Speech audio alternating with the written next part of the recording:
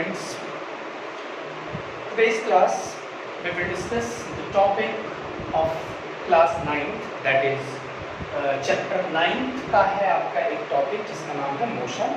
और उस मोशन के चैप्टर में हम लोग जो टॉपिक पढ़ने जा रहे हैं, the topic name is equation of motion. यानी कि now we are going to discuss the equation of motion in detail, because ये इस चैप्टर का बेस है और इस चैप्टर के अंदर जितने भी न्यूमेरिकल्स पूछे जाते हैं वो आपके सारे इक्वेशन ऑफ मोशन से ही रिलेटेड क्वेश्चन पूछे जाते हैं। अब इसमें मैं आपको दो तीन टर्म्स समझा दूं, दो तीन चीज़ों को डिटेल में आप लोग समझ लीजिए, तब आप लोग के लिए ज़्यादा इजी रहेगा। पहला है यूनिफॉर्म मोशन। जैसे कि लास्ट क्लास में मैंने आप लोगों को समझाया था कि यूनिफॉर्म मोशन के अंदर हम लोग ये देखते हैं कि कोई भी ऑब्जेक्ट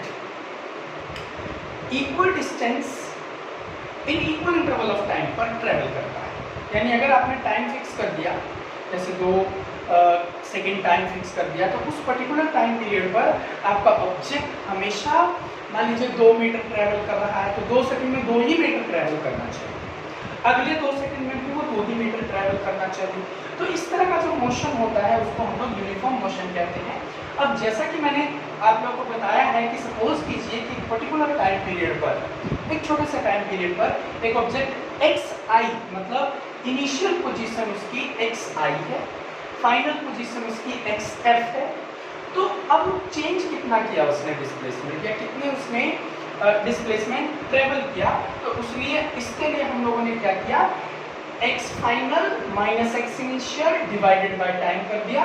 और अगर इसकी वैल्यू हर कंडीशन में कांस्टेंट आती है तो हमारी वेलोसिटी भी कांस्टेंट हो जाएगी। यानी कि इनिशियल आपकी final position minus initial position जब आप करेंगे तो आपके पास एक डिस्प्लेसमेंट आएगा, और डिस्प्लेसमेंट को आप टाइम से जब डिवाइड कर देंगे तो आपके पास वेलोसिटी आ जाता है। तो अगर ये वेलोसिटी कांस्टेंट रहता है हर एक टाइम इंटरवल पर जो आपने फिक्स कर रखा है, तो इस तरह की वेलोसिटी को आप लोग कांस्टेंट वेलोसिटी के नाम से जानते हैं, और ऐसा मोशन आपका यूनिफॉर्म मोशन कहलाता है। लेकिन कई बार क्या होता है कि जब कोई भी ऑब्जेक्ट मूव कर रहा होता है तो वो object equal displacement equal interval of time पर नहीं कर पाता, नहीं ट्रेवल कर पाता, तो उस कंडीशन में हमारे पास नॉन यूनिफॉर्म मोशन कहलाता है। क्लियर? और नॉन यूनिफॉर्म मोशन जब होगा तो आपका जो भी ऑब्जेक्ट होगा बेटा वो कभी भी equal displacement equal interval of time पर नहीं ट्रेवल करेगा। इस चीज को आपको ध्यान में रखना है। यानी initial displacement minus final displacement will always very, her bar change होता रहेगा। जैसे मान लो मैंने क्या किया कि एक जगह से दूसरी जगह मुझे जाना है, एक पोजीशन से दूसरी पोजीशन पर मैं गया, मैंने देखा कि उसके बीच का डिस्टेंस जो है वो, या डिस्प्लेसमेंट जो है वो 2 मीटर है। अगली बार अगर मैं ट्रैवल करता हूँ और मुझे उस डिस्प्लेसमेंट को ट्रैवल करने में मान लीजिए 2 सेकेंड लगा, अगले 2 मीटर को ट्रैवल करने के लिए मुझे 2 सेकंड नहीं 3 सेकंड लग रहा है, क्योंकि वहाँ पर रोड खराब था, और रोड खराब होने की वजह से वहाँ पर पोजीशन क्या हुई, उतना ही, अगर डिस्प्लेसमेंट उतना ही है और टाइम आपका ज़्यादा लग रहा है, या आपने टाइम फिक्स कर दिया डिस्प्लेसमेंट ज़्यादा लग रहा है, तो इस कंडीशन को आप लोग नॉन यूनिफॉर्म मोशन के नाम से जानेंगे।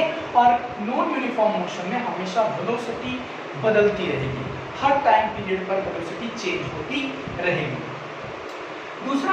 तीसरी जो चीज़ आती है आपकी आती है एवरेज वेलोसिटी। एवरेज वेलोसिटी होता है total displacement upon total time, यानी कोई भी ऑब्जेक्ट अलग अलग टाइम पीरियड पर कितना डिस्प्लेसमेंट ट्रैवल कर रहा है, वहाँ पर आप लोग क्या निकालते हैं, एवरेज वेलोसिटी निकालते हैं। जैसे कि मैंने अभी आपको समझाया कि 2 सेकंड में मान लीजिए वो 2 मीटर ट्रैवल कर रहा है, अगले 2 सेकंड में मान लीजिए वो 3 मीटर की डिस्प्लेसमेंट ट्रैवल कर रहा है, फिर अगले टाइम पीरियड पर मान लीजिए वो 5 मीटर ट्रैवल कर रहा है, तो उसने टोटल कितना डिस्प्लेसमेंट ट्रैवल किया और उसको टोटल कितना टाइम लगा, अगर आप इन दोनों को डिवाइड कर देंगे तो आपके पास एवरेज वेलोसिटी आ जाएगा। इसी तरह एवरेज स्पीड, अब एवरेज स्पीड में हम लोग डिस्प्लेसमेंट को कंसीडर नहीं करेंगे, हम लोग यहाँ पर डिस्टेंस को ट्रैवल करेंगे, मतलब कंसीडर करेंगे, और हम लोग ये देखते हैं कि total distance per unit total है।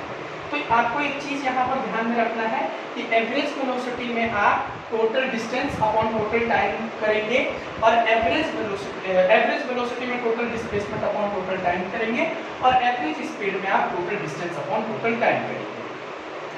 तीसरी जो बात आती है, नेक्स्ट जो चीज आती है दैट इज ई पॉइंट, उसमें आपके पास एक्सेलरेशन से रिलेटेड एक कंसेप्ट है। एक्सेलरेशन जैसा कि आप लोगों को पता है, लास्ट क्लास में मैंने समझाया था कि चेंज इन वेलोसिटी या rate of change of velocity is known as acceleration. यानी कि अगर कोई ऑब्जेक्ट एक पर्टिकुलर टाइम पीरियड पर उसकी वेलोसिटी u है और समय और बढ़ा, उसके बाद उसकी वेलोसिटी v बन गई, तो उसने कितनी अपनी वेलोसिटी को चेंज करी, तो हम कितना चेंज किया v माइनस u, और उसको कितना टाइम लगा, उसको t से अगर आप डिवाइड कर देते हैं, तो जब t से आप डिवाइड कर देते हैं तो ये आपका एक्सेलरेशन आ जाता है।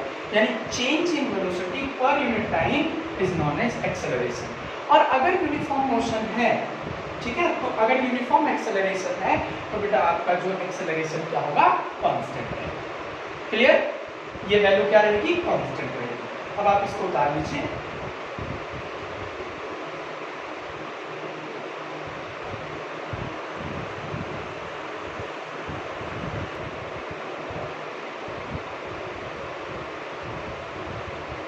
ओके, नाउ नेक्स्ट अब हम लोग डेरिवेशन पर आते हैं। उससे पहले मैं आपको एक दो चीज़ें और बता दूं। नंबर फर्स्ट एक आता है आपका एवरेज वेलोसिटी। एवरेज वेलोसिटी क्या कहलाता है, average velocity is initial velocity plus final velocity divided by 2। यानी कि जब आप एवरेज वेलोसिटी कैलकुलेट करना चाहते हैं, ठीक है, एवरेज वेलोसिटी आप दो तरीके से कैलकुलेट कर सकते थे। एक होता है एवरेज वेलोसिटी जो अभी हमने थोड़ी देर पहले पढ़ा था कि एवरेज वेलोसिटी होता है टोटल डिस्प्लेसमेंट अपॉन में टोटल टाइम, और एक एवरेज वेलोसिटी अगर आपको दो वेलोसिटीज दे रखी हैं, एक इनिशियल वेलोसिटी दे रखा है और एक फाइनल वेलोसिटी दे रखा है, तब भी आप एवरेज वेलोसिटी कैलकुलेट कर सकते हैं। उसके लिए आप क्या करेंगे, बस इनिशियल वेलोसिटी को प्लस फाइनल वेलोसिटी कीजिए और 2 से डिवाइड कर दीजिए, आपके पास एवरेज वेलोसिटी आ जाएगी। लेकिन हमें अब जो अगला टॉपिक पढ़ना है दैट टॉपिक इज इम्पॉर्टेंट, और यूनिफॉर्म एक्सेलरेटेड मोशन, यानी कि अब हम लोग एक डेरिवेशन करने जा रहे हैं जिसमें हमारे पास 3 इक्वेशन ऑफ मोशंस हैं। मतलब इक्वेशन ऑफ मोशन के हम लोग डेरिवेशन करेंगे। पहला जो आता है आपका v is equal to u plus a t, v is equal to u plus a t. दूसरा आता है s is equal to u t plus half a t square, और तीसरा आता है b square minus u square is equal to 2as। तो ये 3 equation of motion आपके सिलेबस के अंदर इंक्लूडेड है। 9th क्लास में यही 3 है। जैसे आप 11th क्लास में जाएंगे तो एक और आ जाएगा जो कि हम 11th क्लास में पढ़ेंगे। तो अब मैं आपको डेरिवेशन करके दिखाता हूँ first equation of motion. Derivation for first equation of motion. First equation of motion,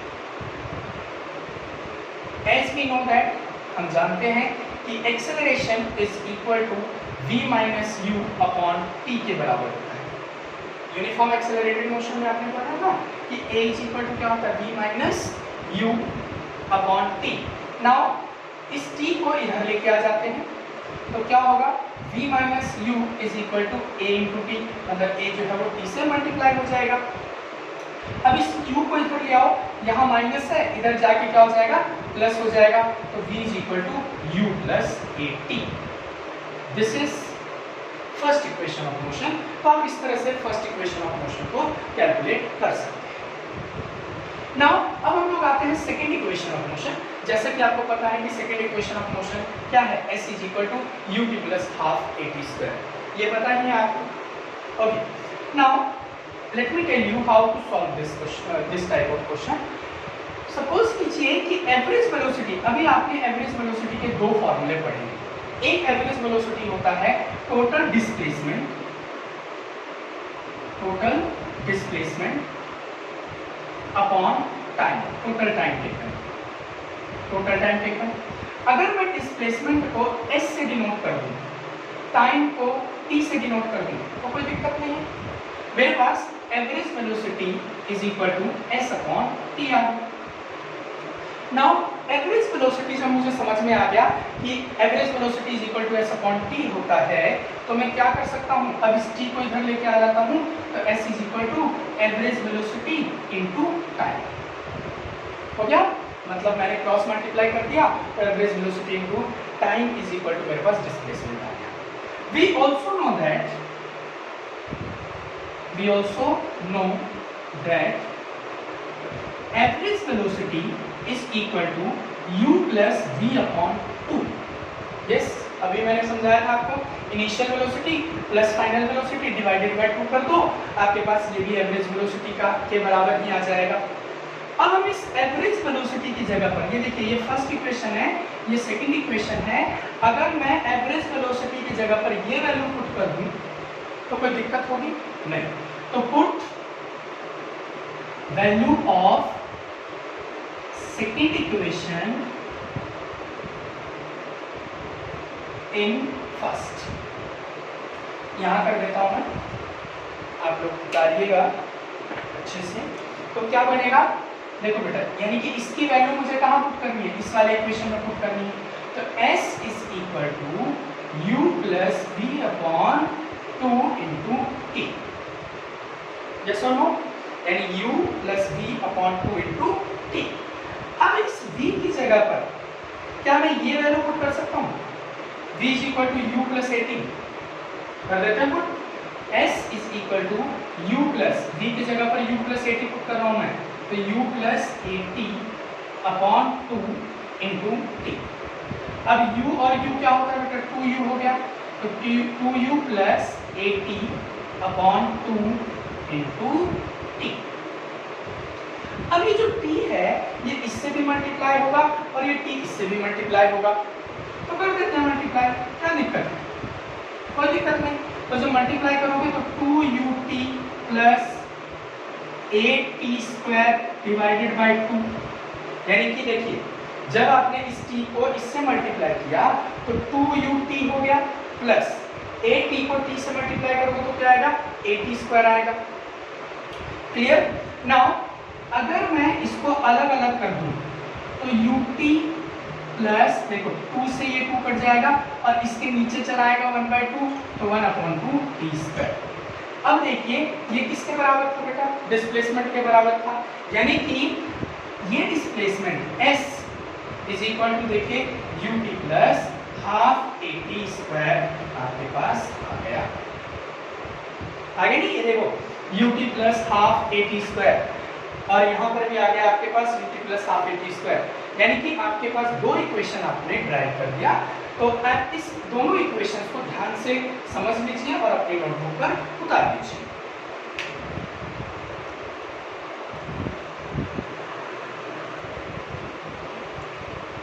now third equation of motion के बारे में हम लोग पढ़ते हैं।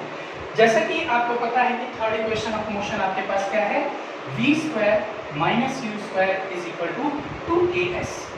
ओके, तो इसको हम लोग एक्सप्लेन करने की कोशिश करते हैं।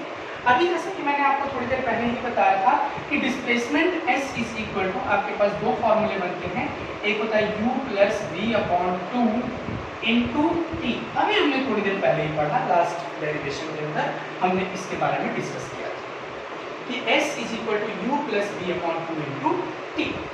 ओके, नेक्स्ट अगर मुझे ये भी पता बेटा कि v is equal to u plus 80, ये हमने फर्स्ट डेरिवेशन किया अभी थोड़ी देर पहले कि v is equal to u plus 80 के बराबर होता है। अब मैं इस u को इधर लेके आ जाता हूँ, तो v minus u is equal to क्या हो जाएगा, 80। अब इस a को नीचे लेके चला आता हूँ क्योंकि ये मल्टीप्लाई में है, इधर आके डिवाइड में हो जाएगा, तो t की वैल्यू क्या बन जाएगी, v minus u upon a। Now ये जो t की वैल्यू आई है यहाँ पर, ये मेरे पास फर्स्ट इक्वेशन था, ये मेरे पास सेकंड इक्वेशन है। अब इस t की जगह पर मैं ये वैल्यू पुट कर देता हूँ। जब मैं ये वैल्यू पुट करूंगा तो क्या आएगा, s is equal to u plus v upon 2 into v minus u upon a, यही आएगा, v minus u upon a। अब देखो यहाँ पर u प्लस v है, या v प्लस u भी कर सकते हो, कोई प्रॉब्लम नहीं, क्योंकि प्लस ही तो है, तो आप इसको ऐसे भी लिख सकते हो v प्लस u और v minus u divided by a को 2 से मल्टीप्लाई कर दो तो 2a हो गया। अब आपने एक फॉर्मूला पढ़ रखा है कि a प्लस बी और a minus b is equal to a square minus b square होता है। तो यहाँ पर देखिए v प्लस यू और v माइनस यू ये किसके बराबर होगा, v square minus u square के बराबर हो जाएगा।